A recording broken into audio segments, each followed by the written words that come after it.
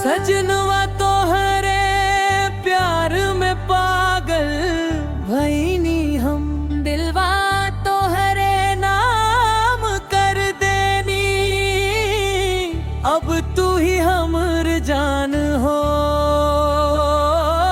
नैनवा तोहर जादू चलावे, दिलवा हमार धक धक करे।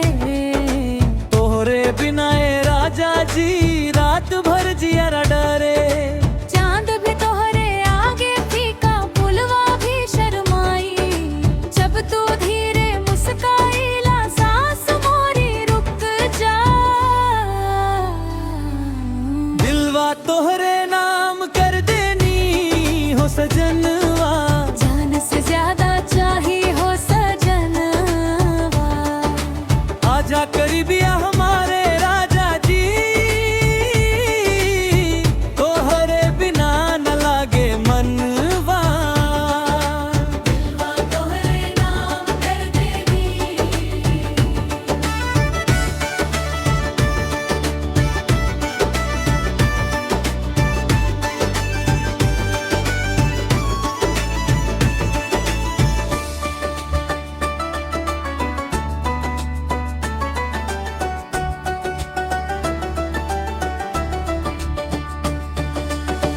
बरखा में भींजते देहिया, याद तोहार सतावे। भिंजल चुनरिया बलम, दिलवा आग लगावे। गोरिया के पायल बोले खन खन सारी रात, तोरे संग बितावे के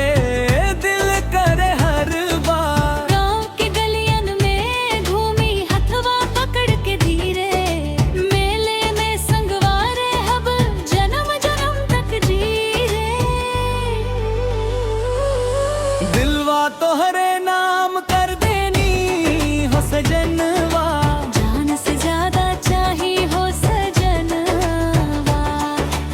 आजा करीबिया हमारे राजा जी, तोहरे बिना न लागे मनवा। दिलवा तोहरे नाम कर देनी।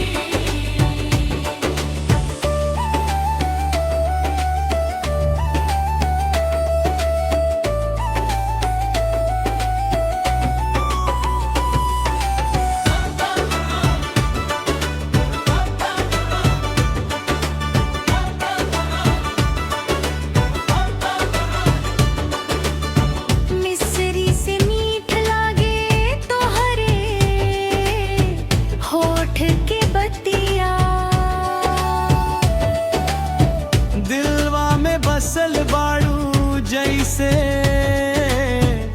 मंदिर में मैया, सुबह सवेरे मंदिर जाके मांगे तो हर साथ, भगवान से ही दुआ बा कभी ना छूटे हाथ। सिंदूरिया के सपना सजनी आँखन में बसवले बा, तोहरे प्यार के रंग में दिलवा पूरा रंगवले बा। रात अंधेरे या धीरे धीरे चांदनी मुस्काए, तोहरे बाहों में सजनवा मनवा चैन पाए। सांस सांस में बसल बाड़ू, धड़कन में बसल